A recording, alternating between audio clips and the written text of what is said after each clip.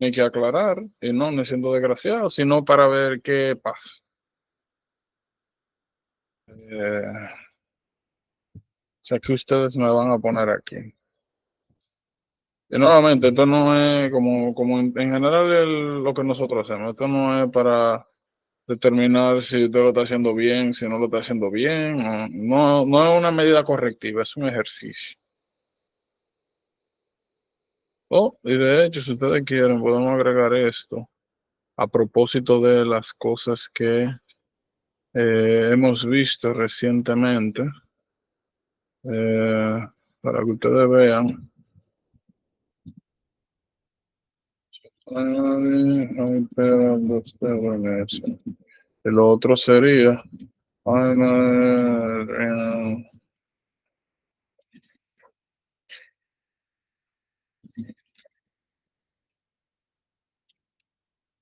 ok, excelente, me encanta. So, como le dije, le voy a poner esto y ustedes denle para allá. Lo que ustedes van a hacer, por si acaso, no me van a poner valores, sino esos cuadritos que nosotros hemos hecho de flechitas arriba y abajo. Y como le dije, concéntrense en lo que van a ver aquí. No se preocupen en estar buscando cosas, ni información, ni nada. Resuelva como usted pueda. Que esto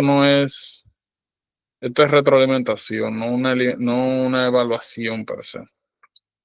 Ok, so agarren su hojita y denle para allá. Yo voy a poner un timer aquí y, ok, ahí estamos. So, yo voy a poner un timer y ahora hablamos de eso. Como le dije, llenen como usted pueda.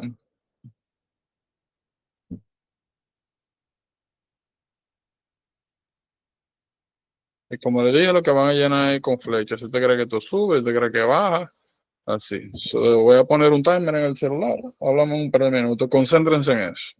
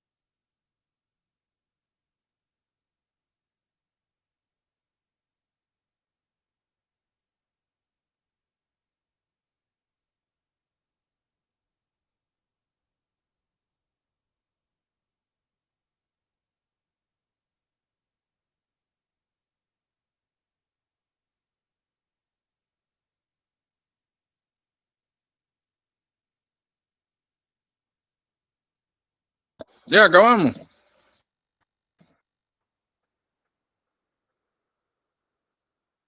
Ya, listo. ¿Quieren un minuto más? Por favor, sí.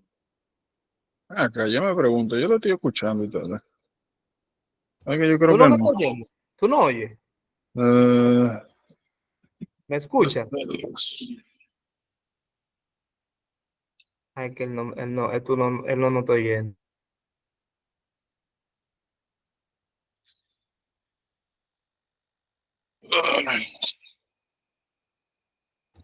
¿Se oye, yo? Ajá. ¿Se oye? Háblenme. A ver. Estamos hablando, yo estoy Ahora hablando. sí, ya lo escucho. Ok. Pues sí, entonces,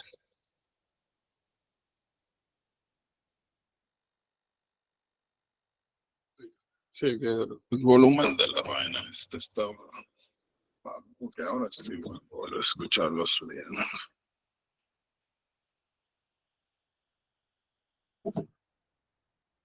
Bien, perfecto. Pues sí, dígame ahora, ¿estamos listos? ¿O quieren No, un minuto más? Está bien, le voy a sí. dar un Sí, minuto y sí, sí. medio. 1 minuto y medio, está bien. No olvídense de eso, denle para allá, eso es para arriba y para abajo. Para arriba, para abajo, igual. Como le dije, no nos estamos fijando en valores. Nos estamos fijando es en patrón. Está bien, le voy a dar un minuto y medio más. Denle para allá.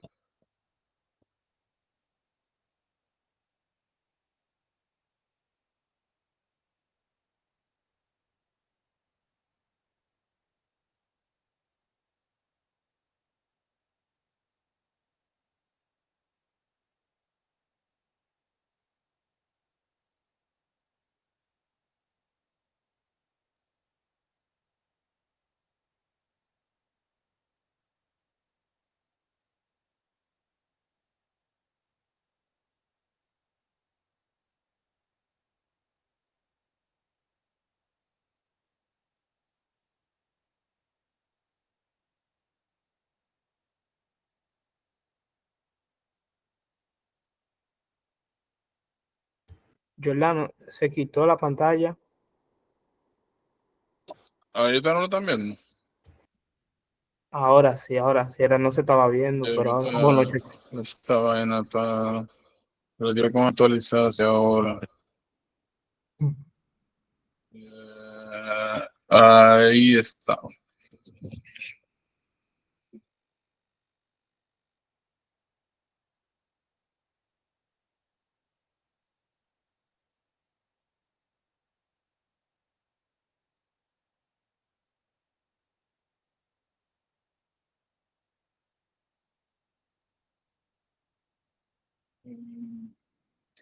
Hay algo que yo tengo que mandarles ahorita, pero no se preocupen. Yo tengo que cambiar algunas cosas. Pero en fin.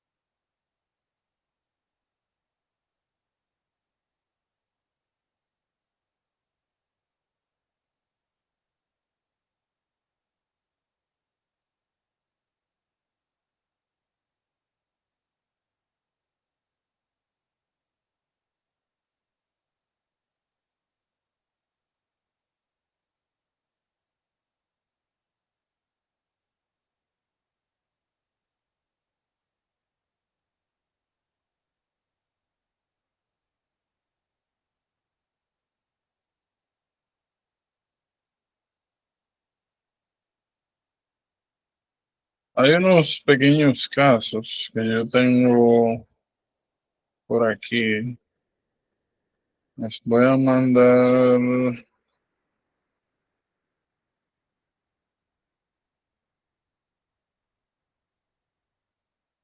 por el grupo.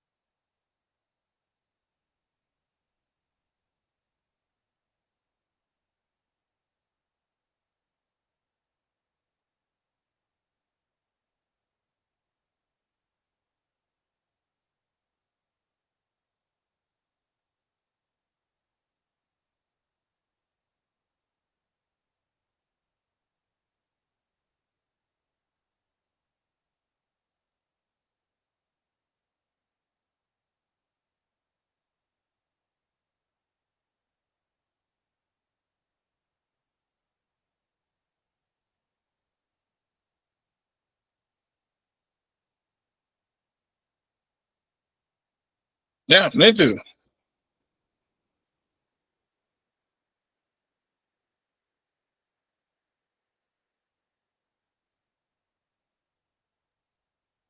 Yo no lo quiero compartir, ¿no? ¿Cómo así? Hombre, tranquilo. Que no cunde el pánico. Cabrón. Después de hoy me dicen Brulí. No, hombre, hay muchas de estas cosas que nosotros, bueno, la mayoría de las cosas que están ahí como patología no la hemos visto. Hay alguna cosa que uno puede más o menos inferir, pero. Ok, vamos con el primero. So, em, entonces nadie quiere compartir, nadie está feliz, o sea, nadie quiere brillar. No, miren, Bueno, en el primero que estoy quedado. no, tranquilos. Miren, este es el Me default, brillaron. ¿verdad? So, lo primero que nosotros vamos a identificar, aquí lo que nosotros estamos machando es el problema con lo que nosotros esperaríamos encontrar, el patrón. Por eso le dije, no vamos a hablar de números, sino para arriba y para abajo. No, tranquilo, ustedes van a ver. No, miren, opioid overdose. Opioides tienen muchos efectos adversos. Lo más importante son constipación severa y depresión de las respiraciones por minuto, o sea, depresión respiratoria. Normalmente nosotros estamos alrededor de ¿cuánto? 16, 18, 20, 22. Eso es un respiratorio irreadecuado. Adecuado. Alguien que le dan opioides baja progresivamente. So, cada vez que ustedes le pongan, le hablen de que encontraron una gente tirada por ahí en el piso, no, que no ha respondido, que tiene la pupila fija, que no responden y que está respirando 8, 9 veces por minuto, eso es extremadamente sugestivo de opioid overdose. So, si tú estás deprimiendo el sistema respiratorio, eso significa que tú estás acumulando CO2. Y nosotros sabemos que CO2 se acumula como ácido carbónico. So, básicamente estamos acumulando un ácido. So, el problema primario es acidosis. ¿De qué tipo? Respiratoria. Naturalmente, si es una acidosis, el pH va a estar abajo. Naturalmente, si es una acidosis, el bicarbonato va a estar bajo.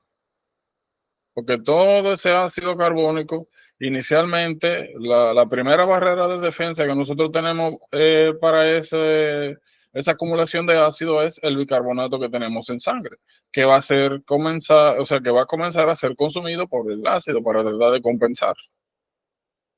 Respiratory rate, en este caso es el problema de base por el overdose, so va a estar disminuido. Hydrogen ions siempre va en contra del pH, menor pH, más hydrogen ions. ¿Eh? ¿Y por qué no recompensa con la frecuencia respiratoria? Porque no puede. Pero los opioides están súper. Sí, los opioides bloquean el centro respiratorio a nivel central. So, cuando alguien está utilizando opioides, no importa los niveles de PCO2 que tengan, el respiratory rate siempre va a estar deprimido, porque el problema son los opioides. Es el problema de base. So, ahí no existe, ahí tú estás bloqueando de manera central la compensación respiratoria. No existe. Y nuevamente por eso es el problema principal de base. Bien. Ahora bien,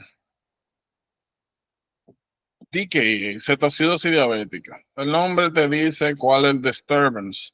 Eso es una acidosis de tipo metabólica, porque en DKA el problema es que yo estoy sintetizando, que yo estoy produciendo de manera excesiva cuerpos cetónicos que tienen características ácidas.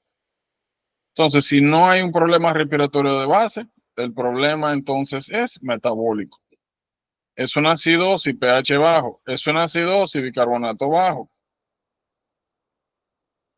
Como el problema es la síntesis excesiva de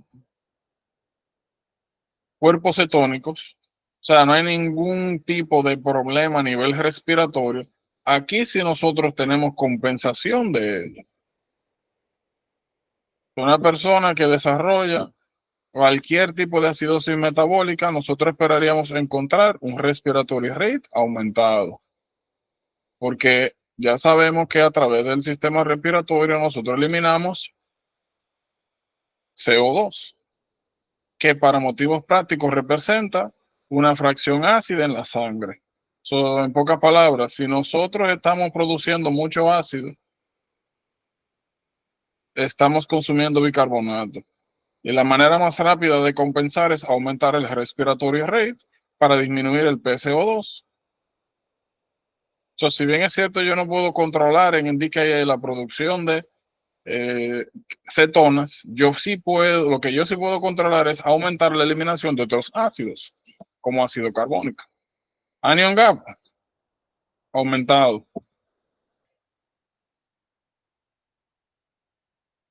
Anion gap en overdose. Yo le explico ahora por qué. Hydrogen ions aumentado. Siempre que son acidosis, los hydrogen ions siempre van al contra del pH.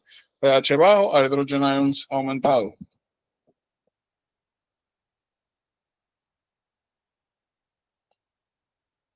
Luego vienen altitudes altas.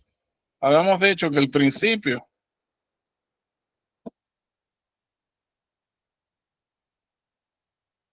es el siguiente. Esto es nivel del mar. Esto es, no sé, el Pico Duarte.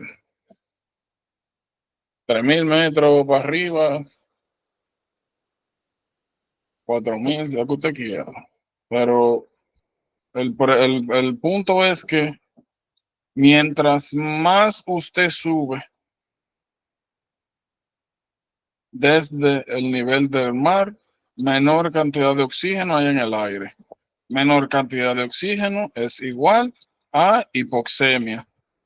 Y la manera en que nosotros compensamos es aumentando la frecuencia respiratoria. Si usted tiene menos oxígeno, sencillamente respira más rápido. Así ventila. Son alguien que está en un setting de altitud alta. El problema es que desarrolla taquipnea compensatoria para evitar hipoxemia. Si tú comienzas de un momento a otro, de hecho ustedes ahora, si ustedes comienzan a respirar rápido, ustedes comienzan a eliminar más CO2. Si eliminan CO2 y no hay ningún otro problema de base sucediendo, el efecto neto de ese proceso es una eliminación excesiva de ácidos a través de la respiración acelerada. El bicarbonato va a estar, Disminuido. hay un detalle, yo le voy a hablar de eso ahora. Diablo, yo iba a poner cosas así, como si no da igual, y No, tú, lo lo pensé dos ideal, veces. lo real, oigan bien, yo le había comentado, si a ustedes no le dicen, aquí hay dos respuestas. Una es normal y otra es disminuido. Va. Y la respuesta va a depender sencillamente del time frame. Si le dice que la persona acaba de subir el monte ese, ustedes ponen, todavía no ha entrado el proceso renal de compensación. Ahora, eso pasó hace días, bicarbonato disminuido. Como yo le dije, si a ustedes le piden un estado ácido base y no le dan cronicidad, no le dicen hace cuánto tiempo pasó esto, ustedes asumen el estado compensatorio. El estado compensatorio sería, bueno, si yo estoy eliminando mucho ácido, el problema metabólico que yo desarrollo es, o sea, metabólico que me refiero en general, tomando en cuenta todo lo que yo pierdo y lo que se mantiene. So, en este Una caso, lo que tú acidosis desarrollas respiratoria. es, ¿cómo Alcalosis fue? respiratoria. Alcalosis respiratoria. Yo estoy eliminando Alcalosis. mucho ácido. So, el pH aumenta. Y como yo le dije, si a ustedes no le especifican cronicidad, ustedes tienen que considerar como que la compensación ya se ha iniciado. ¿Cómo yo compenso una alcalosis respiratoria? Disminuyendo los niveles de bicarbonato en sangre. Eso se encarga el riñón. Anion gap, no hay cambios importantes. Hydrogen ions disminuyen, porque como ya sabemos, la concentración de hidrogeniones siempre va en contra de la concentración de pH. No sé por qué dije concentración de pH, pero pH. Iron overload. ¿Qué pasa en iron overload? ¿Quién me dice aquí?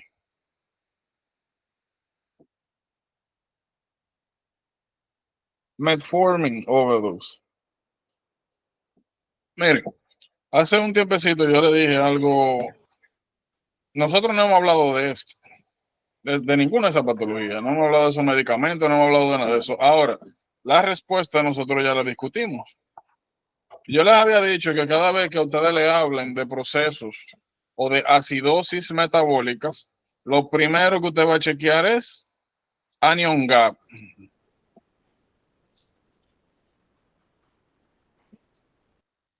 ¿Verdad? Creo que hay un micrófono abierto por ahí.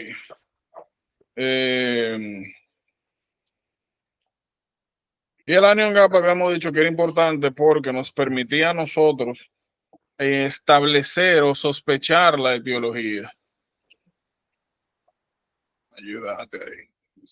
Nos ayuda a establecer la etiología.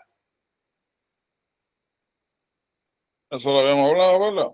Y anion gap es igual a sodio menos cloro más bicarbonato. O sea, es positivos menos la suma de los negativos.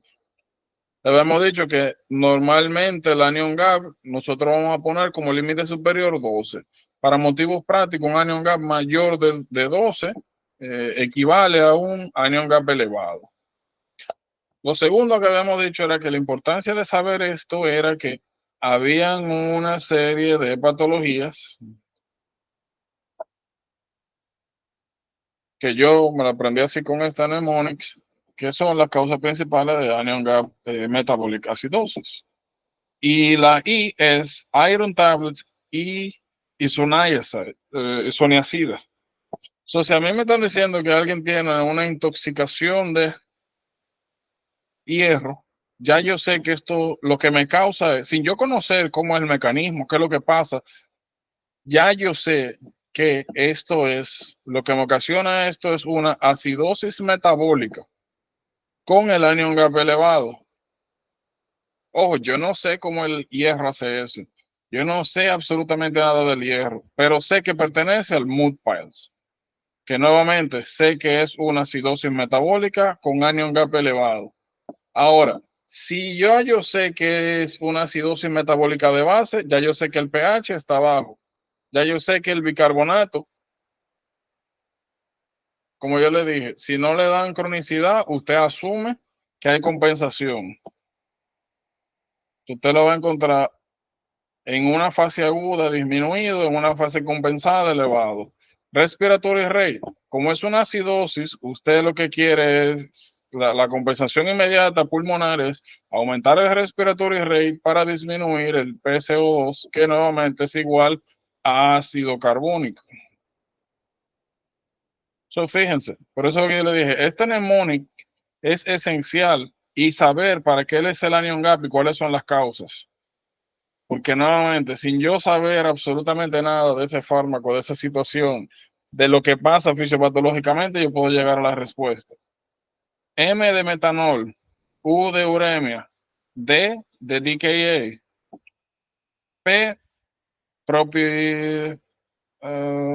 Dios mío, propilenglicol, I es de isoniazida y iron tablets, L láctica acidosis, E etilenglicol, S de salicylic, de aspirina. Todas esas condiciones me causan high anion gap, un anion gap mayor de 12, metabolic acidosis. Por eso yo le dije que es importante saberse esto. Hydrogen ions aumentados. Nuevamente, no hemos hablado de esto, no hemos hablado de la reacción de Fenton, no hemos hablado de los problemas ácido-base secundarios de acumulación de metales, y solamente con yo saber la mnemotecnia de Mood-Piles y el concepto de anion gap metabolic acidosis, ya yo sé cómo llenar esto. Lo mismo, metformina. No hemos hablado de metformina, pero uno de los problemas que tiene metformina son dos principalmente. Bueno, hay Acidosis tres. láctica. Ajá. Hay tres efectos adversos importantes con metformina. Uno es ese mismo, acidosis láctica que desarrollan algunas personas. Es un medicamento que está contraindicado en personas que tienen CKD avanzado. Personas que tienen el GFR menos de 30 no se le puede dar metformina porque aumenta el riesgo de desarrollar acidosis láctica que literalmente fácilmente mata a una gente. Y lo mismo pasa entonces con la sobredosis. Lo otro es pérdida de peso, que hay alguna gente que lo utilizan por eso mismo, ya, toma metformina para bajar de peso. Y el otro es deficiencia de vitamina B12, interfiere con la absorción de vitamina B2. Todo el que está en metformina hay que chequear B2. Y más adelante en bioquímica vamos a hablar de B12. ¿Alguien recuerda del grupo pasado qué es lo que, cuál es la viñeta, cuáles son las patologías que se desarrollan por deficiencia de B2? Y si alguien dice Wernicke Korsakoff, lo saco del grupo. Anemia megaloblástica. Ah, ok. Anemia megaloblástica. Ajá. ¿Y qué más? Hay una patología. O sea, eso sí. Habíamos dicho que anemia, o sea, una hemoglobina menos de 12, menos de 11, con un BCM mayor a 100, eso es igual a anemia megaloblástica, más en peripheral blood smear, que encontrábamos neutrófilos hipersegmentados con más de 5 lóbulos. Pero eso lo sabemos. Ahora, hay una patología que particularmente se desarrolla en esto. En la homocistinuria, hablamos de ella. O en la vía, algo así, no sé si lo estoy confundiendo. Tú puedes desarrollar niveles altos de homocisteína, sí, pero la patología que tú mencionas es por una deficiencia, bueno, no por una, por varias deficiencias enzimáticas, que es una patología congénita. Si bien es cierto, esto aumenta los niveles de homocisteína, eso no te causa La enfermedad. los problemas marfanoides. Eso lo único que hace es que aumente tu riesgo de desarrollar MIs, myocardial infarction. Sí, es Pero no, como un cofactor o algo así en la vía, creo que algo así lo leí. pero hay un síndrome. Ay, tiene que ver con el sistema nervioso central. Así. Ay, ¿cómo se llamará eso? No me acuerdo. So, habíamos dicho que um, Yo no me acuerdo que tiene que ver como con la mielina, pero no me acuerdo el nombre del síndrome, ¿no? sí, B12 es un cofactor, una vitamina importante, no solamente para la síntesis de bases púricas pirimidínicas, sino también para la síntesis de mielina. So, hay algunas personas que pueden desarrollar subacute degeneration of the spinal cord, o en pocas palabras, degeneración subaguda de la columna posterior espinal. Y los signos y síntomas que se desarrollan ahí es ataxia, pérdida de propiocepción, pérdida de sensibilidad, sobre todo profunda. Habíamos dicho que es una persona que tiene que mirar su brazo para saber dónde está, porque usted cierra los ojos ahora y usted mueve los brazos, lo pone en diferentes posiciones y si usted ve el brazo, usted sabe dónde está más o menos. Entonces, estas personas pierden esa capacidad. Entonces, ya ustedes saben que cuando ustedes les digan que alguien fue recientemente diagnosticado con diabetes tipo 2, que le comenzaron un medicamento oral y que posterior a eso, un año después, comienza a desarrollar alteraciones de la sensibilidad, pero que la diabetes está controlada, porque ya también sabemos que diabetes long standing tiene manifestaciones, tiene complicaciones macro y microvasculares. Dentro de las microvasculares nosotros tenemos la afectación de la vascularidad, de la perfusión de nervios, y con el tiempo eso causa la llamada neuropatía diabética. Aquí todo el mundo sabe que pierden la sensación, sobre todo en las palmas, en las yemas de los dedos de los pies, y que posteriormente disminuye la sensibilidad general, incluida dolor, y por eso es que desarrollan los pies diabéticos principalmente, ¿verdad? Ahora, ya nosotros sabemos que esas complicaciones microvasculares se correlacionan con la diabetes no controlada por tiempos prolongados. Y si estamos hablando de que a alguien le comenzaron metformina y está teniendo problemas de sensibilidad, o sea, algún trastorno neurológico, y nuevamente nos aclaran, nos dicen que la hemoglobina glucosilada, que en general el control de la diabetes ácido está bien, y eso excluye neuropatía diabética. Y si le dijeron que comenzaron un medicamento oral para diabetes mellitus tipo 2, hay que pensar en metformina, que no es normalmente con el que uno comienza. Y ya saben que metformina causa deficiencia de B2.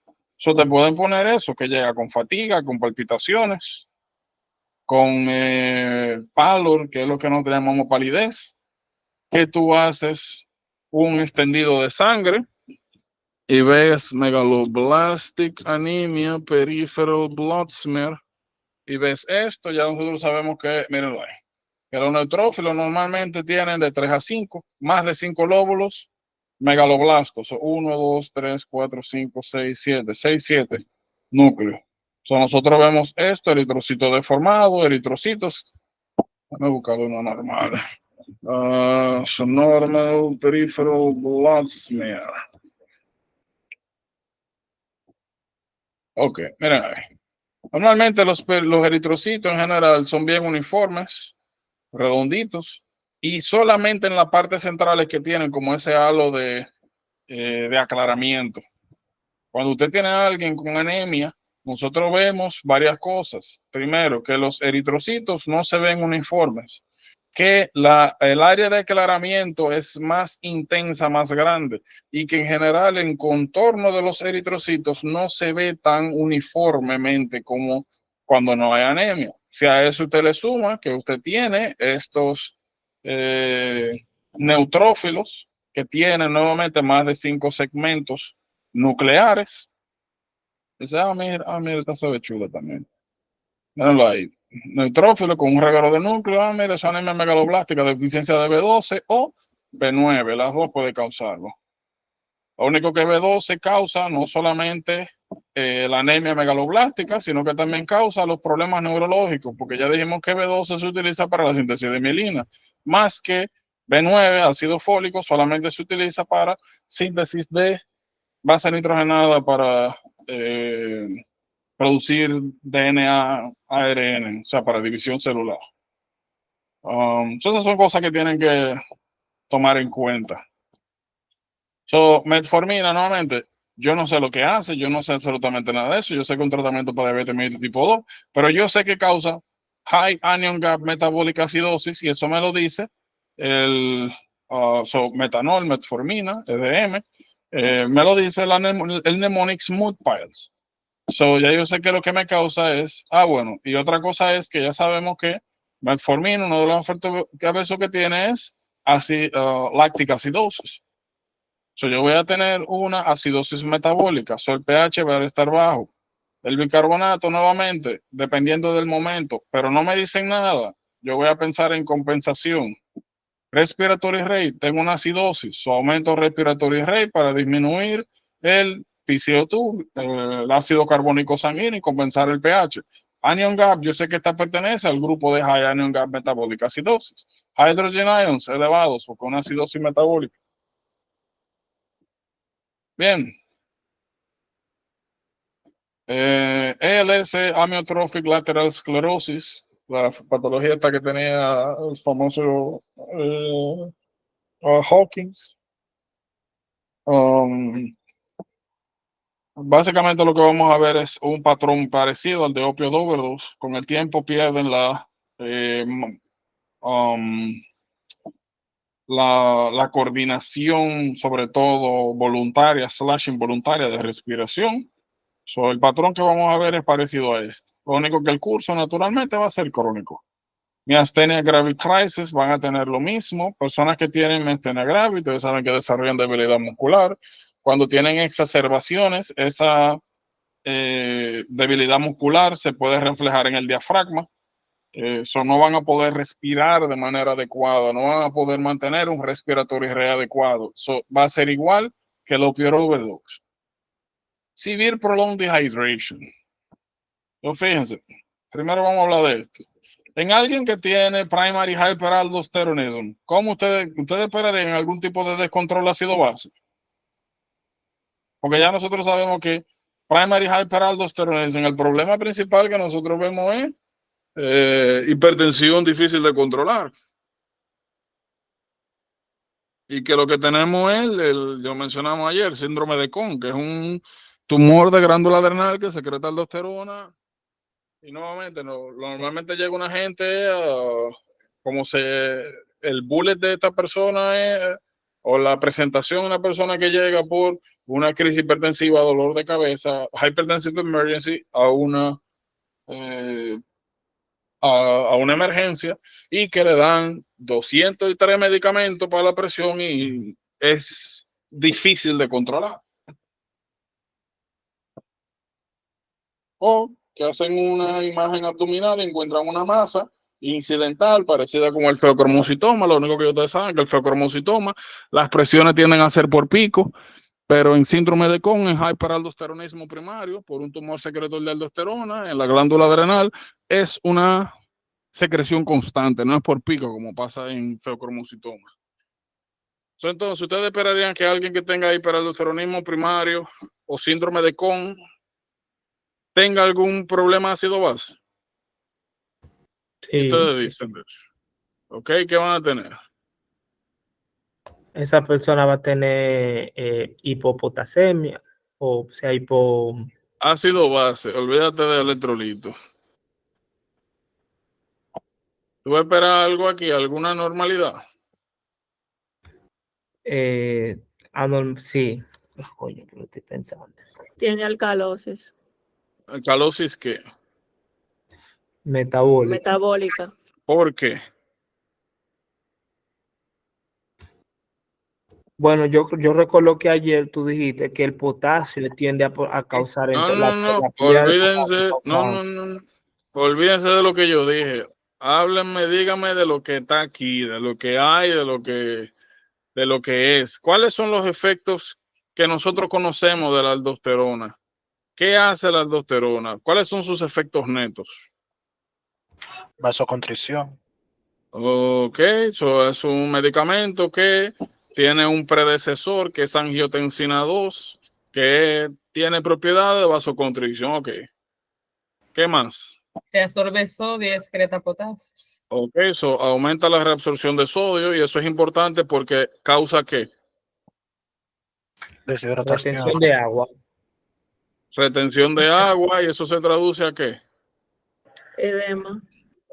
No Aumento de la presión. necesariamente. Aumento de la A más, presión. a más aumento de Aumento la de la presión. presión arterial, ¿verdad? Ok, Sí. ¿qué más causa la aldosterona? Como efecto normal. Excreción de potasio. Ok, so aumenta la excreción de potasio, so causa hipocalemia. ¿Qué más causa?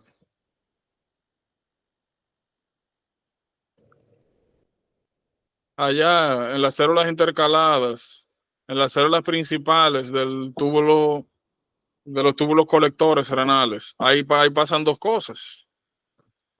Pasa un Eliminación aumento de reabsorción de bicarbonato y un aumento de la excreción de hidrogeniones, que por eso es lo que habíamos dicho que la aldosterona causa un proceso llamado contraction alkalosis. So, la aldosterona es una hormona que, si bien es cierto, estas no son sus funciones principales, causa alcalosis metabólica por aumento de la reabsorción de bicarbonato y un aumento de la excreción renal de hidrogeniones. So, aunque nosotros vemos hiperaldosteronismo primario como una patología cardiovascular, donde el problema principal va a ser el aumento de la presión arterial, hay problemas ácido-base vinculados que tienen que ver con la misma hormona, con el efecto de la hormona. So, hyperaldosteronismo primario, usted va a tener alcalosis metabólica, el pH va a estar alto, bicarbonato va a estar alto, respiratory rate compensatorio va a estar como alto. ¿no? Piensa, eso fue un gancho. Pero si tenemos una alcalosis. Exacto. Entonces, ¿cómo compensa la respiración? Ajá. La respiración tiene que Sí. disminuir Bajar para el aumentar la Sí. retención el de CO2. ácido y restituir el pH normal. Diablo, caímos en el gancho. Claro. Hidrogeniones disminuido. Anion gap no hay afectación importante. So, la razón por la que yo le pongo esto, es por esa misma razón. A ustedes le pueden poner algunas de estas patologías que tienen un componente hormonal como trastorno, como trasfondo de un trastorno ácido-base. Y eso es algo que perfectamente pueden hacer, porque yo le dije información nueva ahora, ¿no? Y esas son las cosas que ustedes van a ver mucho acá en el proceso, donde ustedes tienen un tema que aparentemente no tiene que ver con otro y le aparecen juntos, le aparecen mezclas. Yo le dije, y estas cosas son muy fáciles de responder siempre y cuando usted esté orientado, tenga la información en la cabeza y sepa hacer la conexión. Bien. Por eso que yo le insisto mucho a ustedes, no es suficiente uno saber cosas. O sea, saberse los temas como por separado, también hay que integrar. Claro, ahora mismo ustedes están en el proceso de captación de información, ¿verdad? De poner, de luchar con la memoria, de acordarse de la cosa, de poner de eso, de enumerar qué hace cada cosa, que aldosterona hace esto, hace aquello, las funciones primarias, las funciones que parecen no tan importantes, pero como ustedes ven, en algunas circunstancias son esenciales. Y es como les digo, este cuadro yo no me lo sé de memoria, uno lo saca. Ahora que yo le dije, siempre si a ustedes no le dan etapas, si no le dicen esa gente la acaban de encontrar y hay seguridad de que fue ahora, o le dicen, mire, ese tigre subió esa montaña hace 2 días, o hace 3 días, o hace una semana, si no le dan cronicidad, ustedes siempre van a responder con la compensación esperada.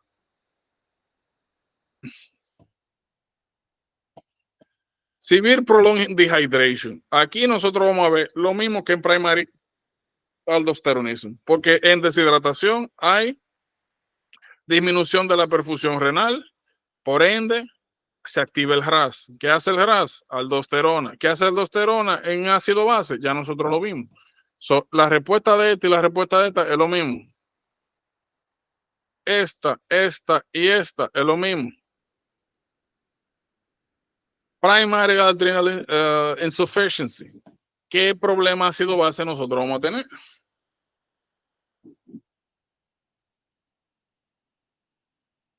Literalmente lo contrario del primary hyperaldosteronism, porque aldosterona es una hormona que se produce en la glándula adrenal. Y si nosotros tenemos falla de la glándula adrenal, perdemos aldosterona, cortisol, hormonas sexuales, catecolaminas. Y aldosterona ya sabemos que causa la eliminación de hidrogenión y la conservación de bicarbonato. ¿Qué nosotros vamos a desarrollar? Una acidosis metabólica. Por ende, el pH va para abajo.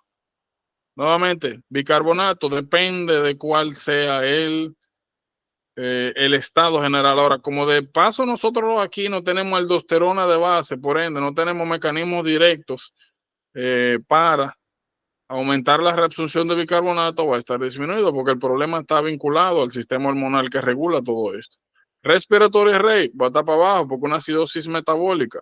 Yo quiero aumentar el respiratory rate para disminuir la cantidad de PCO2 que se traduce a nuevamente ácido carbónico.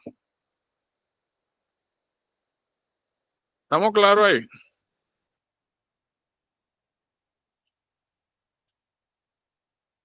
¿Hay algo que no haya quedado claro?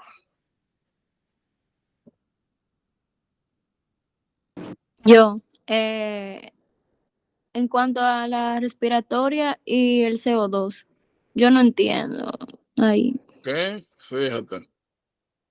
Tú tienes... Una pregunta, ¿tu nombre es Zulein o Zulein? Y perdón, que... La primera. Zulein, ok, Zulein. Estos son los pulmones de nosotros. Más o menos. Cuando uno inspira, entra oxígeno, ¿verdad? Cuando uno exhala, sale CO2. Cuando tú aumentas la frecuencia respiratoria, cada vez que tú expiras, tú sacas CO2. ¿Qué pasa? Nosotros vamos a ver que nosotros transportamos el CO2 en la sangre de diferentes maneras. Y una de esas maneras es como ácido carbónico. Lo que eso significa es que cada vez que tú y yo exhalamos, sale ácido carbónico de la sangre como CO2 y sale en el aire que exhalamos. ¿Qué significa eso? Que si nuestra respiración ahora de base es 18 respiraciones por minuto, y ahora tú y yo, por alguna razón, no sé, hasta de manera consciente, aumentamos nuestra frecuencia respiratoria a 25, hacemos como los niños, comenzamos a respirar rápido porque sí. Pues por cada respiración, por cada expiración, yo voy a sacar, bueno, vamos a ponerlo así. Vamos a suponer que tú y yo, cuando respiramos 18 veces por minuto, nosotros sacamos 20 moléculas de CO2. Cuando aumentamos nuestra frecuencia respiratoria, vamos a decir que ahora de 18 a 25, cuando nosotros calculamos cuánto CO2 sacamos por respiración, ahora estamos sacando 35. Como ese CO2 viene de ácido carbónico de la sangre, eso significa que a mayor respiración, más ácido sacamos de la sangre. Por ende, yo puedo ajustar la respiración para tratar de compensar problemas ácido-base de manera rápida. ¿Qué significa eso? Si nosotros aquí en la sangre, por ejemplo, una persona que tiene DKA, que comienza a acumular en sangre cuerpos cetónicos, que son sustancias ácidas. Una manera en la cual yo puedo compensar ese pH inicialmente, compensar esa acidosis metabólica es aumentando la frecuencia respiratoria. Porque si bien es cierto, aumentar la frecuencia respiratoria no me eliminan los cuerpos cetónicos, yo sí elimino otro tipo de ácido de la sangre, que en este caso sería ácido carbónico en forma de CO2. Si yo disminuyo la cantidad de ácido carbónico en sangre, yo evito que el pH baje demasiado, en lo que yo tengo los otros mecanismos que se encargan de resolver el problema de base. Ahí no entendimos. Sí. Y lo contrario es cierto también. Por ejemplo, ahora nosotros hablamos de alguien que tiene una alcalosis metabólica. O sea que el problema es que está acumulando bicarbonato. Si tú aumentas la cantidad de bicarbonato de sangre, el pH aumenta, se hace más alcalino. Y la manera más rápida que tú tienes para restablecer, controlar ese pH es disminuir la frecuencia respiratoria. Vamos a decir que esa persona comienza a respirar 8 veces por minuto. Mientras menos tú respiras, menos CO2 eliminas, más ácido carbónico se acumula en la sangre. Ahora, en este caso, tú acumulas ácido carbónico, ácidos, para compensar esa alcalosis metabólica. Todo ese bicarbonato, tú comienzas a neutralizarlo con con la acumulación de ácido carbónico. Y todo eso nuevamente es respirando más lento. Lo que significa todo esto, en pocas palabras, es que cuando tú tienes problemas metabólicos, principalmente, la manera más rápida de tú compensar el pH es ajustando la respiración. Más respiración, más ácido eliminas. Menos respiración, más ácido acumulas. Bien. La última pregunta. Ajá. Porque estoy confundida ahí en eso. Un ejemplo, en la respiración de Kussmaul, que hay muchas respiraciones, Exacto. el CO2 va a estar aumentado, No, va a estar disminuido. va a estar disminuido. Ok. Disminuido. Porque ahí, mira, ¿qué pasa? Kussmaul lo vemos en DKA, cetoacidosis diabética, ¿verdad? Cetoacidosis diabética, tú produces muchos cuerpos cetónicos. Cuerpos cetónicos tienen características ácidas. En pocas palabras, tú comienzas a acumular ácidos en sangre. Los ácidos en sangre te disminuyen el pH y te disminuyen la cantidad de bicarbonato, consumen el bicarbonato en sangre. Una de las cosas que tú puedes hacer para compensar es precisamente la respiración de Kussmaul, que es aumentar la cantidad de respiraciones por minuto. Porque nuevamente, cada vez que tú respiras, tú sacas CO2, que nuevamente en sangre está como ácido carbónico. Como te dije, tú no estás resolviendo el problema de DKA, porque todos los cuerpos cetónicos están ahí circulando. Pero tú eliminar ácido de la sangre por vía respiratoria te permite a ti balancear el pH y te da tiempo para tú tomar medidas más correctivas, sobre todo a nivel renal. Porque el problema es que en general ácido base tú solamente puedes corregir de dos maneras: vía respiratoria o vía renal. Respiratoria es rápida, como nosotros vimos ahora, pero es limitada. Porque tú siempre vas a estar limitado por la cantidad, por el respiratory rate. Llega un punto, me explico. Tú puedes eliminar la cantidad de ácido que tú puedes eliminar o acumular en respiraciones limitado.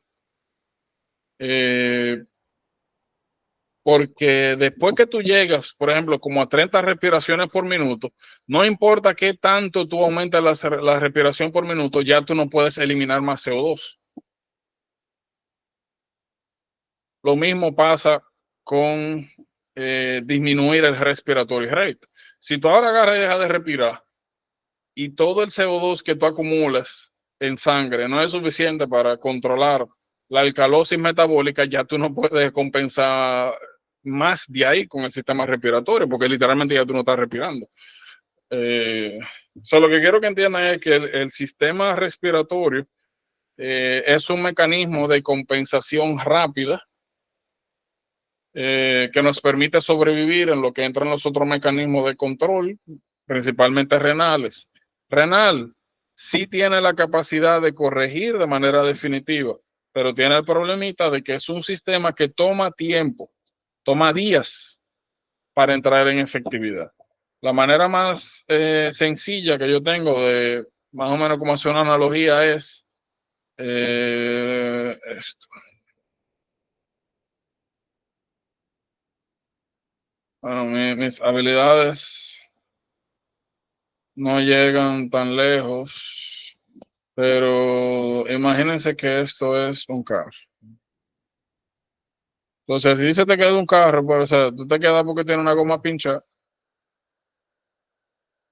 Normalmente aquí uno tiene una goma y muchas veces la goma que está aquí de repuesto es una goma de esas que son como macizas y son regularmente gomas, pues eso, de repuesto. Muchas veces ni siquiera combinan con las otras, son chiquitas. Eh, y si bien es cierto, no es una solución permanente, te ayudan por lo menos a movilizarte a llegar al mecánico sin dañar el vehículo. Hasta que tú llegues puedas cambiar la goma por una adecuada. Más o menos así. Tú y al mecánico sería la solución a nivel renal, que es una solución definitiva, pero no siempre está disponible ni alrededor de ti. Muchas veces tú tienes que llegar allá, ¿verdad? O esperar una grúa, qué sé yo. O sea, el punto es que toma tiempo. Mientras que no es la mejor solución a largo plazo, pero peor que tú quédate, peor que tú andar con una goma pequeña. Y que no maché con las otras, que te desbalancee el carro, etcétera, etcétera, y que se vea feo, ¿verdad? Porque le importa eso. Peor que eso es quedarte quedado por ahí, no avanzar. Esa goma de repuesto sería el sistema respiratorio. Te permite resolver mientras tanto, pero a largo plazo nuevamente no es una buena opción, porque tú te quedas con esa goma de repuesto por mucho tiempo, te desbalancea el carro, te embroma los amortiguadores, o sea, tiene otros problemas. Pero si tú lo utilizas por un corto periodo de tiempo, no hay ningún problema. Bien, estamos más o menos claros ahí. ¿Hay alguna otra duda, pregunta? Pero ha sido base medio, algo que toma tiempo. Yo voy a aprovechar ahorita y les voy a mandar algunas cosas. Una de ellas, de hecho, déjenme mandárselo ahora. De hecho, no se preocupen, eso yo lo hablo a ustedes. Me siento con ustedes a hablar un día porque me interesa que todos estos conceptos estén bien claros, no me interesa generar dudas. Y como le dije al final, cuando usted entiende estas cosas que toman un poquito de tiempo, usted puede eso, generar los cuadros. Como le dije, si a ustedes no le especifican tiempo, no le dan cronicidad, porque recuerden, aquí ustedes pueden poner los valores teniendo en cuenta compensación o no. A menos que le especifiquen lo contrario, ustedes siempre van a llenar las preguntas, lo para arriba y para abajo, tomando en cuenta la compensación, por si acaso.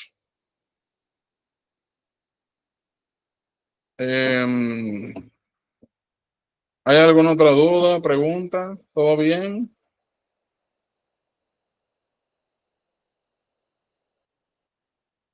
Están como tímidos.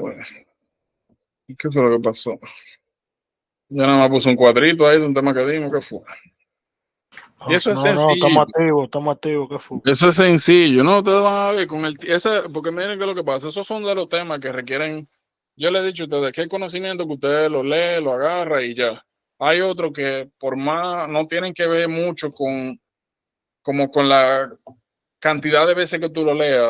Uno tiene como que procesar esa información y tiene que ver casos, tiene que ver preguntas.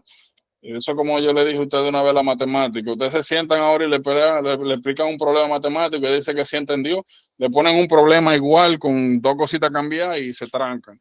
Pero con el tiempo, a medida que usted ejercita eso, se va haciendo un poquito más fácil. Lo mismo pasa con esto. Sí, mucha información, pero eso es así, yo le dije, a medida que nosotros avancemos, yo voy a ir aumentando un poquito la intensidad y al principio, como todo, es un poquito tedioso, incómodo, pero hay que irse acostumbrando a eso, porque primero, si no, no acabamos la tutoría nunca y ustedes no van a mandar su nota, ¿verdad? Y no solo eso, también eso los forza a ustedes un poquito a ir desarrollando esa agilidad que es importante. Pues yo le dije, aunque ahora mismo eso no es un problema para nosotros, más adelante ustedes van a tener que enfrentarse a manejar tiempo. Y nuevamente, ahora mismo no buscamos eso, pero hay que comenzar por algún lado a trabajar con esas cosas. Entonces, miren, concepto importante. Hay una serie de tumores que en conjunto reciben el nombre de tumores neuroendocrinos.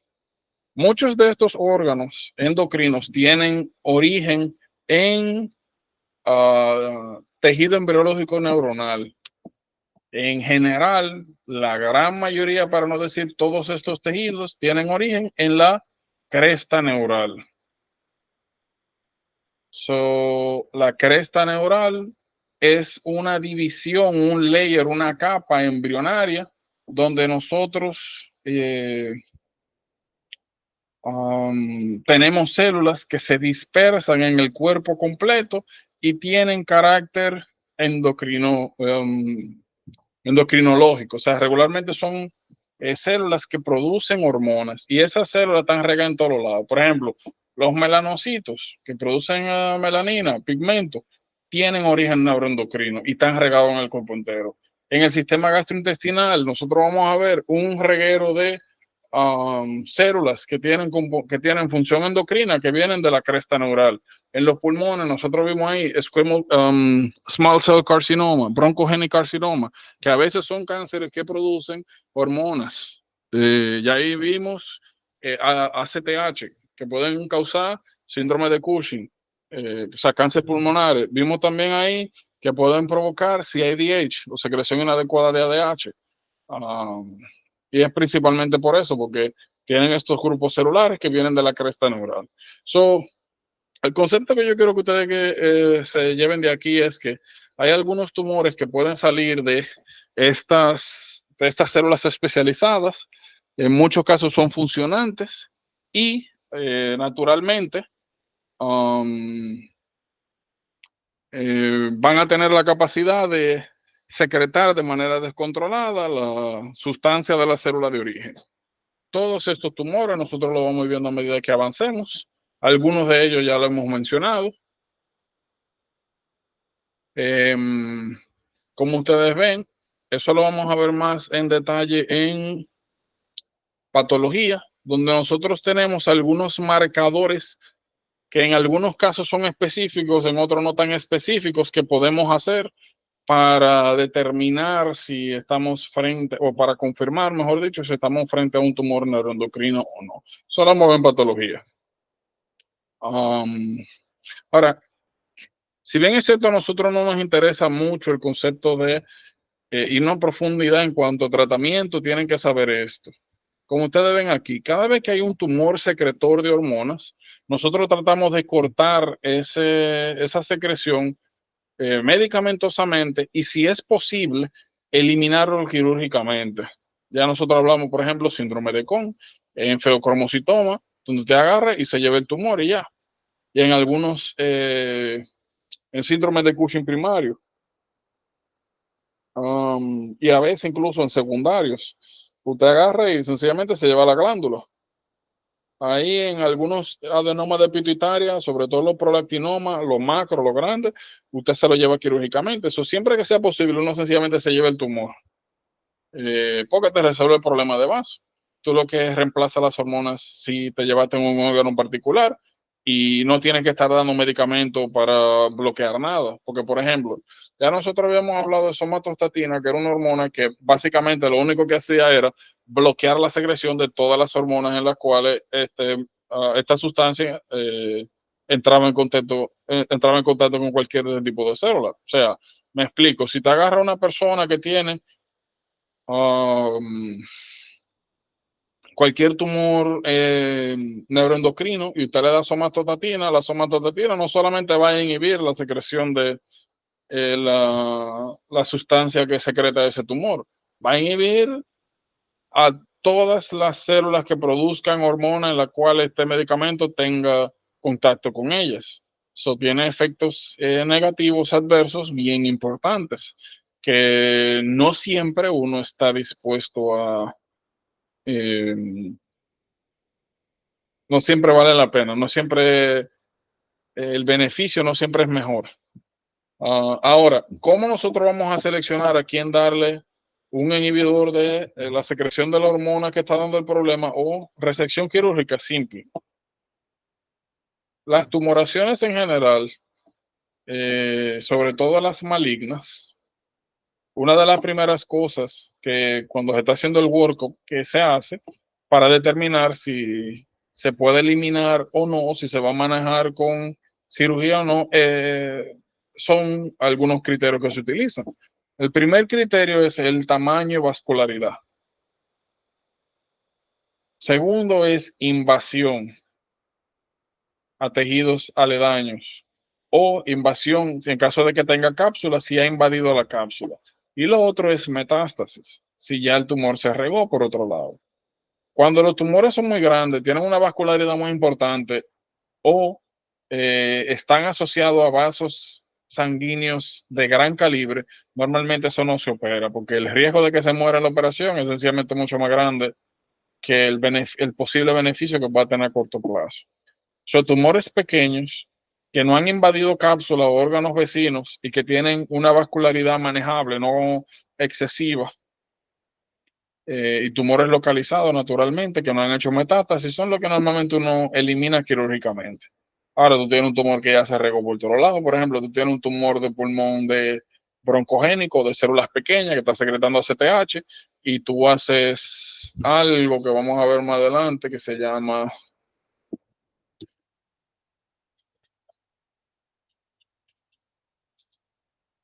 pero entonces esto, que es PET scan, eso que ustedes están viendo ahí, todas esas áreas que ustedes están viendo aquí oscuras y aquí de color intenso es metástasis, que es uno de los workups que se hacen cuando tú sospechas o confirmas algún tipo de malignidad para tú saber eso, sea metástasis o no.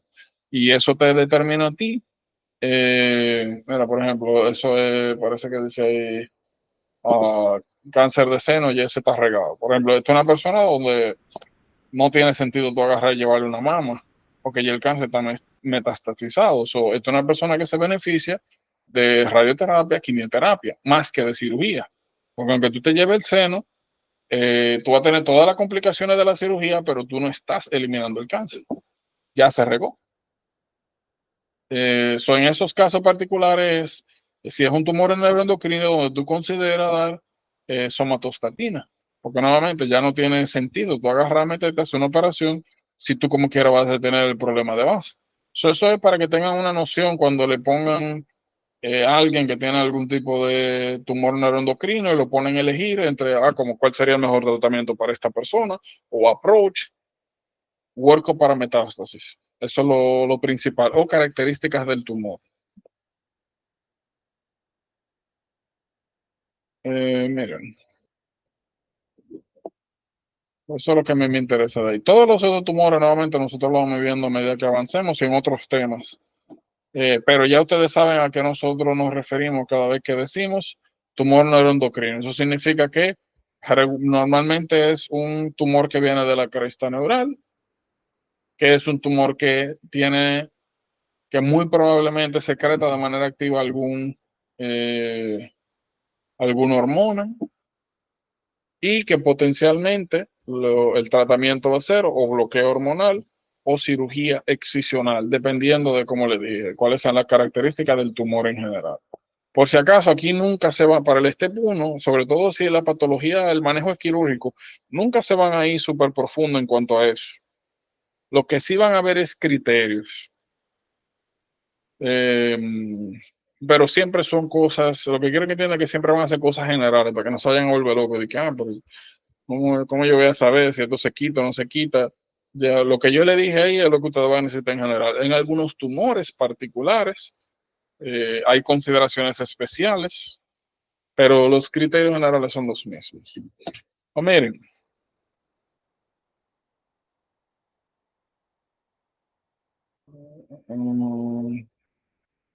bueno, miren, neuroblastoma. Lo primero, nosotros ya hemos visto varios cortes histológicos, ¿verdad? Y en general, cada vez que nosotros hemos visto un corte histológico, a menos que hubiésemos hecho inmunofluorescencia o micrografía electrónica, a menos que hubiese alguna modificación, todos los colores que nosotros normalmente veíamos era solamente como rojo, rosado y en algunos casos como un moradito. En ninguno de los momentos, o sea, hasta ahora, de todos los cortes histológicos que nosotros hemos visto, nosotros nunca habíamos visto esto, donde están estas células que tienen una tinción súper oscura. Nunca lo habíamos visto. Y en general, cada vez que usted ve este tipo de patrón, ese tipo de tinción oscura, profunda, y así donde se agrupa como si fueran círculos glandulares, hay que pensar en que muy probablemente eso sea un tumor neuroendocrino.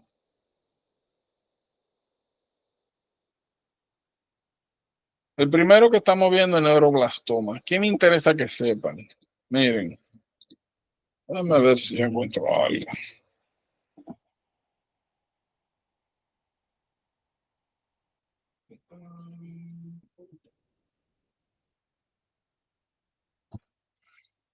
Esto está aquí mismo.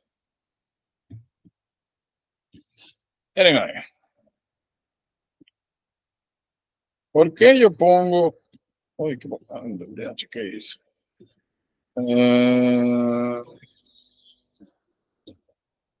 Ok, a ver, ¿dónde hay más? Ok, bien. Miren, esto que ustedes están viendo aquí, neuroblastoma versus nefroblastoma. Eso va a ser probablemente uno de los diferenciales más cliché, más clásicos del STEP 1. Como ustedes pueden ver, son dos tumores que salen en la zona abdominal y son dos tumores que salen en niños. Cada vez que ustedes le pongan que una mamá, que papá, familiar o lo que sea, o en un chequeo de rutina, a un niño le encontraron una masa abdominal, lo primero que tiene que pasar por su cabeza es niño, abdomen, tumor, es neuroblastoma versus nefroblastoma.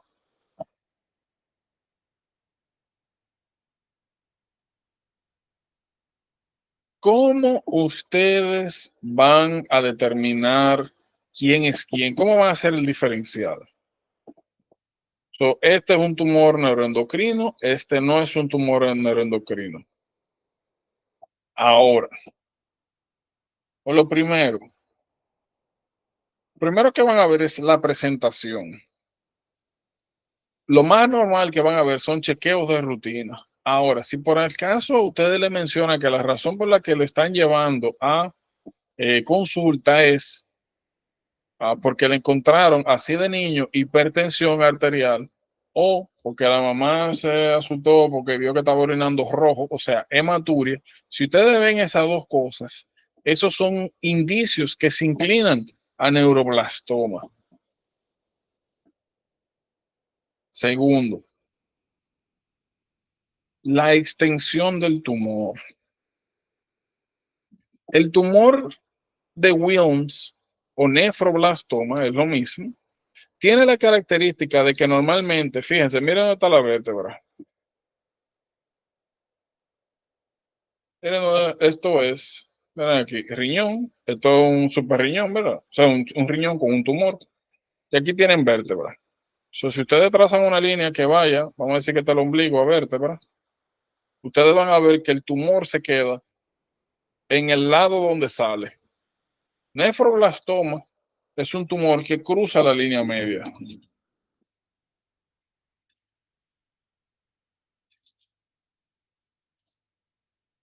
Mírenlo ahí.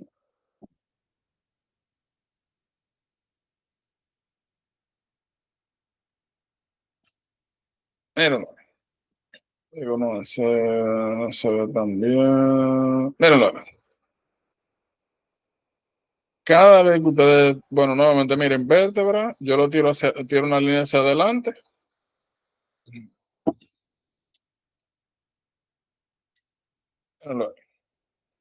Agarro aquí, vértebra, tiro una línea hacia adelante y yo veo que el tumor pasa la línea media.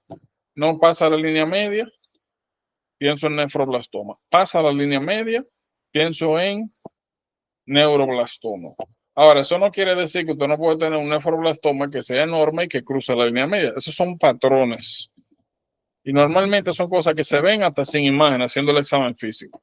Pero ya usted sabe, nuevamente, le enseñan una imagen del tumor que le hicieron un CT abdomen con contraste, bla, bla, bla, o normal, incluso sin nada. Usted va a ver la extensión. Cruza la línea media, neuro. No la cruza, nefro. Y nuevamente son detalles que pueden pasar desapercibidos y es lo que le va a ayudar a usted a saber más o menos cuál es. Lo otro, a usted le hacen acá una tinción, un corte histológico y usted ve.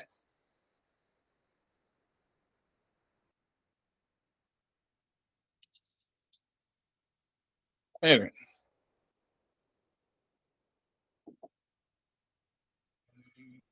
Neuroblastoma, o sea, no me quieren poner nefroblastoma. Vamos a ponerlo así. Films, tumor, histology. Ok. Esto me gusta. Ok, mírenlo ahí. Tumor de Wilms. Ustedes van a ver como tumoraciones generales, pérdida de arquitectura, células que tienen, aparentemente tienen una distribución anómala, donde usted no puede ver una arquitectura particular del tejido, usted no va a ver orden y va a haber un aumento de celularidad general. Ahora, fíjense que aquí en ningún lado ustedes están viendo estas estructuras.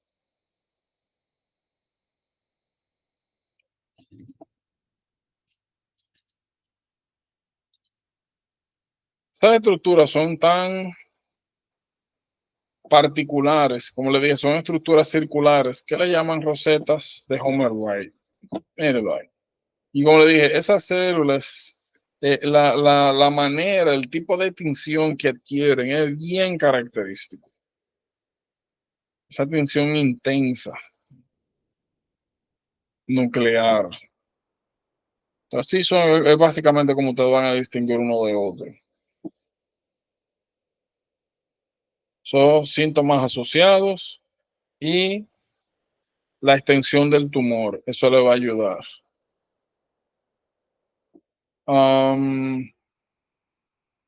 Esto lo vamos a ver en neurología. Y esto de aquí. Miren, cuando nosotros hablamos ayer de feocromocitoma, habíamos hablado de que habían algunos tumores, sobre todo los que sintetizan o están asociados a la síntesis de catecolaminas, que ya sabemos que en feocromocitoma eran los que causaban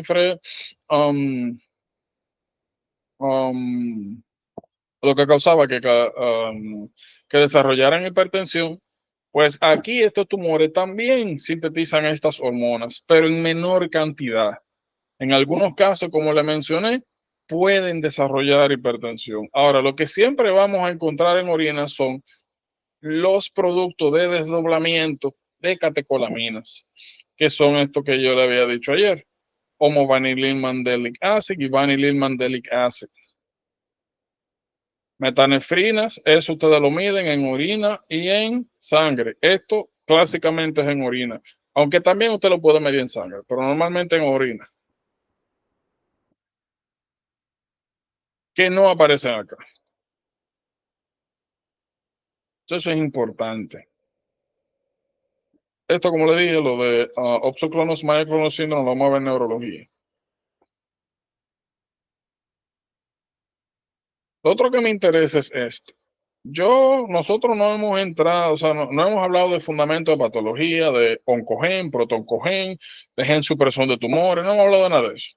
Pero el otro grupo ya sabe que cada vez que usted tiene un tumor en el cual a ustedes le mencionan los genes supresores asociados de esa patología son importantes, porque perfectamente le pueden poner un niño que llegó porque tenía la presión alta, porque tenía hematuria, que le encontraron una masa abdominal que cruza la línea media abdominal, te dice, eso parece un blastoma, y le ponen cuál de los siguientes protoncogenes, oncogenes o genes supresores del tumor está asociado con el desarrollo de esta patología. Esas son las preguntas favoritas de oncología. Y pone P53, MSH mutation, NMIC, CMYC. Eso es importante. Los cromosomas no tanto, pero los genes sí, los preguntan así de manera directa. Ya esto yo se lo enseñé ahí en imágenes, las rosetas, cómo se ven, y como le dije, en general, usted ve tumores que tienen una tinción exageradamente intensa, sin haber sido teñido con un tipo particular específico o técnica, piensen que eso es un tumor neuroendocrino.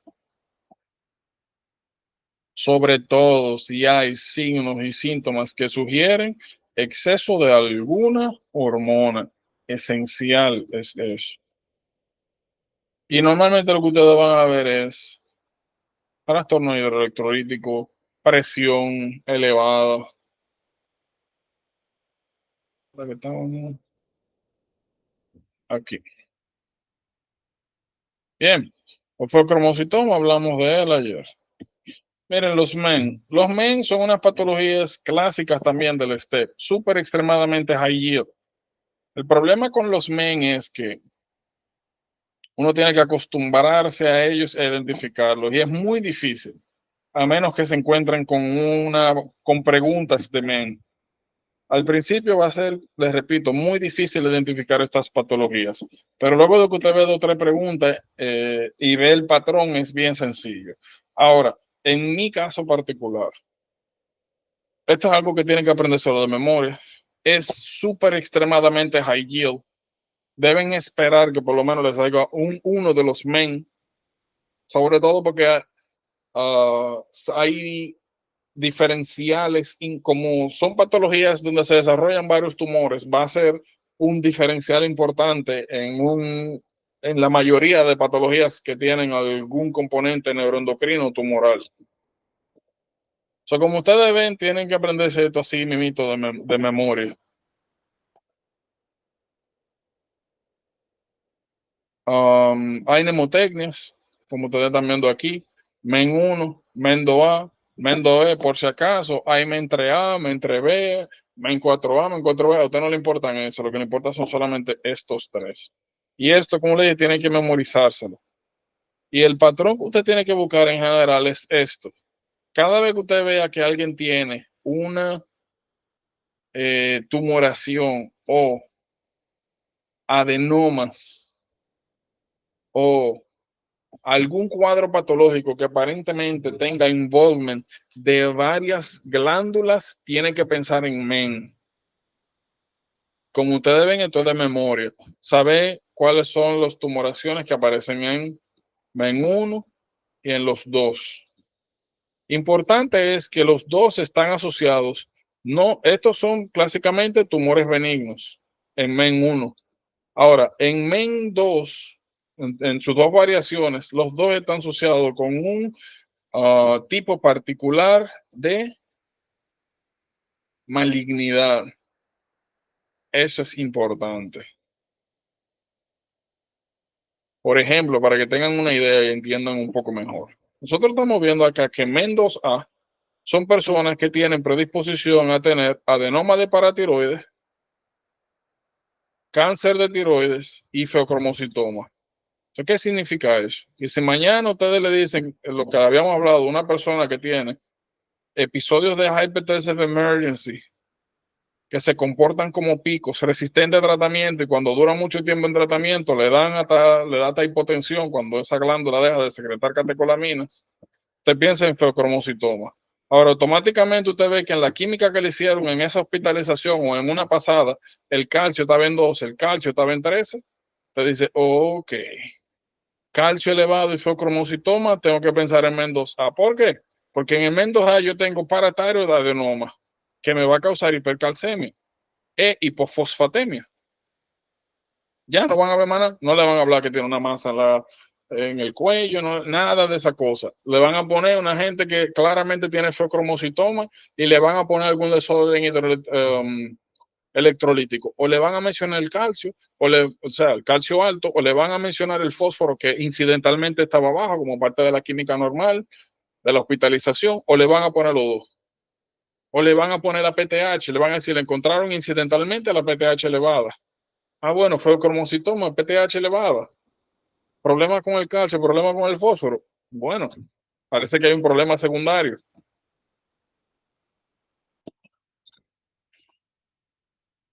Claro, yo se lo estoy diciendo straightforward, se lo estoy diciendo claro, se lo estoy diciendo tirado. Así miren esto. Pero ya ustedes saben cómo viene eso en una pregunta, ¿verdad? Que el calcio está escondido por ahí, que son cosas que hay que, estas son de las patologías que hay que buscar. Y son sumamente, extremadamente high yield. Tienen que esperar por lo menos un mes. ¿Cuál? Yo no sé. Ahorita están hablando de, mencionó, me parece que fue de Lady, homocistinemia. Vamos a hablar en bioquímica, ya ellos lo vieron, Marfan y homocistinuria, y ahí está el concepto de marfanoide, que son una serie de patologías, en Ledanlos también está ahí, que son personas que, como Cushing y Cushinoide, son personas que físicamente, fenotípicamente tienen características de una patología, pero no necesariamente la tienen otra variación, o tienen otra patología que no está ni siquiera vinculada, pero se ven iguales. So, oigan bien, esto le va a servir más a la anterior, pero cada vez que ustedes vean a alguien que tenga, que sea alto, delgado, aracnodactilia, que tenga dislocación del lente y problemas visuales, que no tenga mental disability, pensamos en Marfan, ¿verdad? Si a eso ustedes le agregan tumores en la lengua o un cuadro parecido a feocromocitoma o una masa que sale en la tiroides, MEN 2B. So, Marfano, eso le llaman, algo que ustedes van a ver es Marfanoid habitus. Marfanoid habitus son personas que tienen características fenotípicas de Marfan y que no necesariamente tienen que tener Marfan. Ahora, a alguien le sale a ustedes con Pectus excavatum, carinatum, como le dije, aranodactilia, altos, delgados. Usted dice, mire, eso parece Marfan.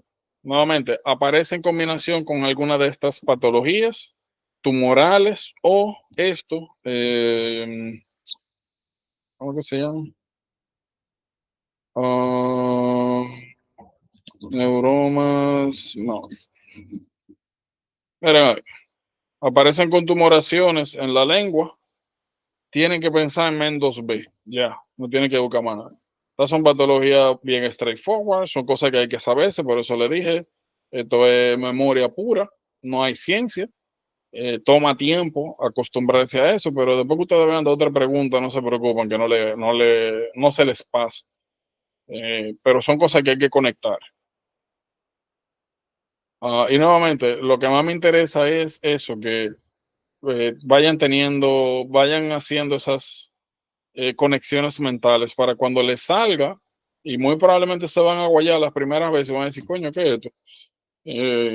¿Cómo yo pego esta vaina? ¿Cómo yo esperaban que yo iba a conectar estas dos cosas? Bueno, uno, después de otra pregunta, como le dije, no se preocupen, que más adelante yo le voy trayendo preguntas de eso, porque como les dije, aquí en MEN 1, aquí dice páncreas, pero vamos a ver que de páncreas nosotros podemos tener muchísimos tipos de tumoraciones y y cada una de esas tumoraciones, insulinoma, biaipoma, Solinger-Ellison, tienen una clínica y hallazgos particulares. El punto es que cuando tú ves tumores en diversos órganos, en una sola persona, sobre todo si hay un componente familiar importante, tienen que pensar en los MEN. De ahí para adelante, lo único que le ayuda es memoria y tener experiencia con el tipo de preguntas. No hay truco, no hay cheat ni no. Eso es tenerlo pendiente y ya. Había algo que me interesaba y era esto.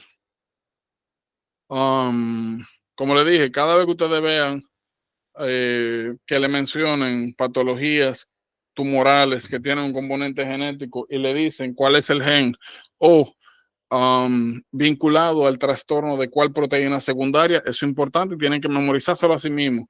Por lo mismo, le van a poner una persona que va a tener PTH alta, calcio alto, fósforo bajo y que conjuntamente va a tener por ejemplo, hipertiroidismo central, o sea, 2 patologías tumorales. Tienen que pensar en MEN 1A y le pueden preguntar que cuál es no, en vez de preguntarle el diagnóstico, le preguntan qué otra tumoración o qué otro órgano usted quiere chequear, verificar que no tenga una tumoración. Yo sé que yo tengo esta, yo sé que también desarrollan tumoraciones en páncreas. O le preguntan cuál es la mutación asociada o cuál es la proteína que tiene función alterada en esta patología. Eso es importante. Sumamente importante. Lo otro, cuando hablamos de cáncer de tiroides, nosotros mencionamos esto. Que habían algunos cánceres que tenían algunos marcadores. En el del médula hereditario carcinoma habíamos lo de calcitonina, que nosotros lo utilizábamos como un marcador de resolución tumoral. Usted le mide, es como cáncer de próstata. Usted toma PSA, y vamos a decir que el de la persona era 11. Luego de que usted remueve la próstata quirúrgicamente, uno sigue el PSA. Y si el PSA sale de la próstata y tú le quitaste la próstata a alguien, lo normal sería que la próstata, el PSA en los próximos meses se convierte en 0, porque ya tú no tienes próstata. Ahora, tú ves que el PSA disminuye y luego comienza a aumentar, hay metástasis por ahí. Tú ves que comienza a aumentar más de 0.4, metástasis por ahí. ¿Dónde? Hay que buscarla.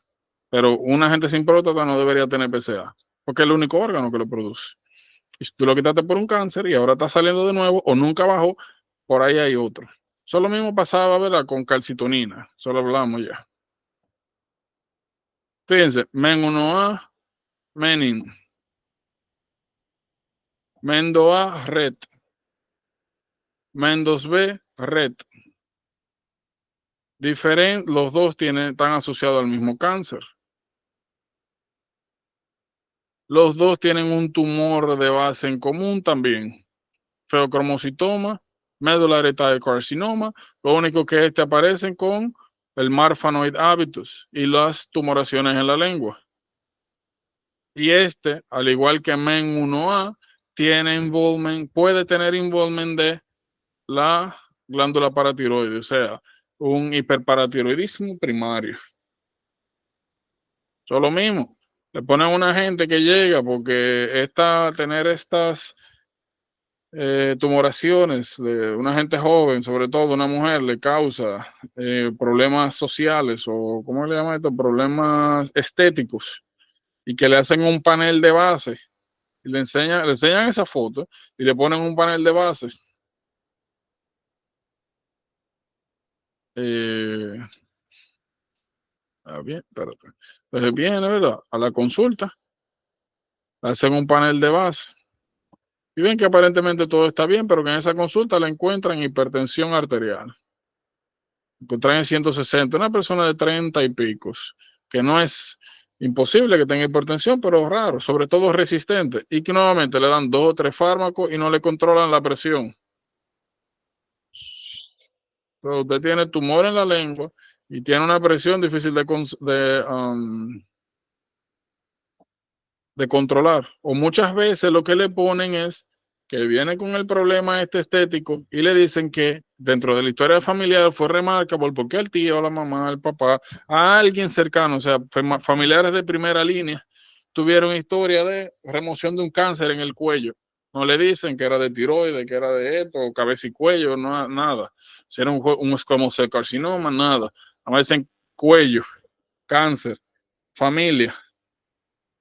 y esta persona llega con esto, ya usted tiene que pensar en MEN 2B. Entonces, al principio, como le dije, bien incómodo como llegarle a estos casos, pero luego de que uno ve un par de casos son preguntas regaladas, literalmente, bien regaladas. El problema es comenzar a conectar eso.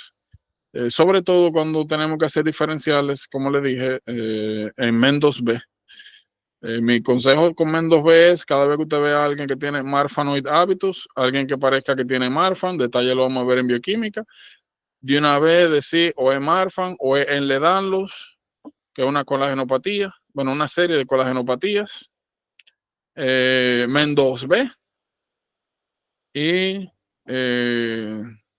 homocistinuria. Tiene que pensar en esa patología y hacer diferencial. Nuevamente, eso lo vamos a ver en detalle en bioquímica, pero a propósito de preguntas, dudas. No. Eso que ustedes van a hacer.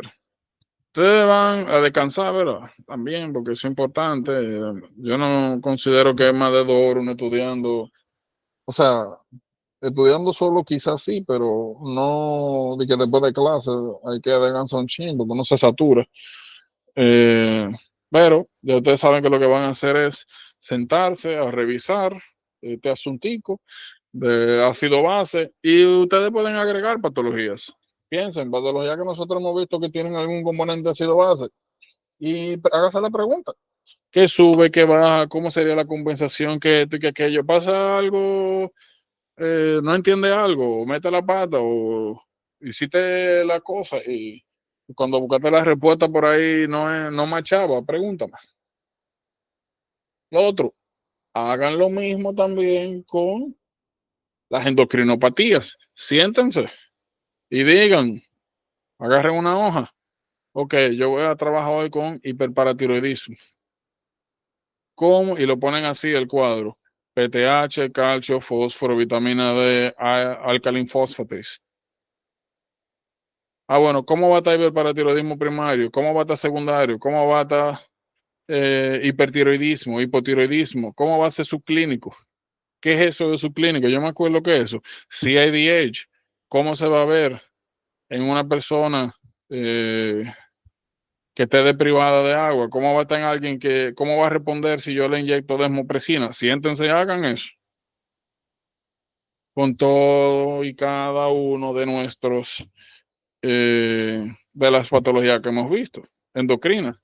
Hay algo que no se le hace difícil, que no entiende, que no le dan los números, algo así, o que usted lo cree que es de una manera y revisó y no entiende o no era así, pregúnteme. Todo eso son maneras en las cuales ustedes pueden aplicar el conocimiento que nosotros hemos revisado y identificar problemas, porque que usted no pueda establecer esos patrones significa que hay algo que hay que reforzar o que hay algo que hay que trabajar en el. O sea, la razón por la que lo ponen malo es una, porque hay algo que no entienden, segundo, porque están confundidos, tercero, porque hay algo que no se saben o no se recordaron. So, cada vez que uno pone algo malo, lo que tiene que uno preguntarse es, ¿la puse mala porque no me lo sabía, no lo entendía, estaba confundido o no me acordé de algo particular o algo así? So, estas dinámicas no tienen que hacerlas necesariamente conmigo, no tengo que hacerlas yo la hago para enseñarlos, pero eso es algo que ustedes tienen que hacer con todo lo que ustedes lean. Yo les he dicho, ustedes hoy se sentaron y leen esto. Y lo primero que usted tiene que hacer después que usted termina de leer, no después de la clase necesariamente, es algo que tienen que acostumbrarse a hacer. Ok, ¿qué yo leí? ¿Qué es esta patología? ¿Cómo yo la identifico? ¿Qué patología yo he visto que se parezca a esto? ¿Cómo yo la diferencio? ¿Cómo yo puedo esperar una pregunta de esto? O como ustedes vieron ahí, yo mezclé ácido base y síndrome de Cohen y paraldosteronismo. Lo mismo, cada vez que ustedes vean alguna patología o algo que tenga que ver con algo ácido base, es lo primero que tiene que venir a la cabeza de ustedes, ¿cómo diablo yo pongo esto? ¿Cómo se traduce esto desde el punto de vista de ácido base? Y conectar temas. ¿Qué es lo que ustedes van a hacer en el examen? Nuevamente, yo me encargo de enseñarles esas cosas y que ustedes vean que es importante y que se preparen para eso y cuando le aparezca no se sorprendan y ya estén preparados. Pero nuevamente, ustedes no pueden en esa parte depender totalmente de mí. Ustedes tienen que ir haciendo esas cosas con ustedes mismos, como les dije. Y ese es el mejor feedback. Usted quiere saber si usted sabe o no sabe, usted está aprendiendo o no está aprendiendo, qué tiene que mejorar, qué tiene que revisar, qué tiene que ponerle atención. Eso es el mejor feedback. Siéntese con una hoja y desarrolle el tema. No es que tiene que explicarlo con detalle, qué sé yo, pero organice. ¿Cómo yo identifico hipertiroidismo primario, secundario, terciario? ¿Cómo yo identifico insuficiencia adrenal primaria, secundaria, terciaria? Yo sé lo que pasa en la primaria. ¿Cuáles son los signos y síntomas? ¿Cómo yo la diferencio de la secundaria? ¿Cómo yo hago el workup para identificar dónde está el problema? Cushing. Yo sé cómo diferenciar primario, secundario y terciario. ¿Cómo yo hago la secuencia diagnóstica? Yo sé lo que un dexamethasone suppression test. Yo sé cuándo yo utilizo PM cortisol o AM cortisol. No, revise esa cosa. Algo no le cuadra, ven algo fuera de sitio, escríbame, pero haga ese screening de los temas personales y tenga ese como feedback de su propio proceso. Y a la larga eso es lo mejor, porque entonces usted mismo puede identificar deficiencias, problemas y darle solución. No tengo yo que necesariamente venir a preguntarle. So,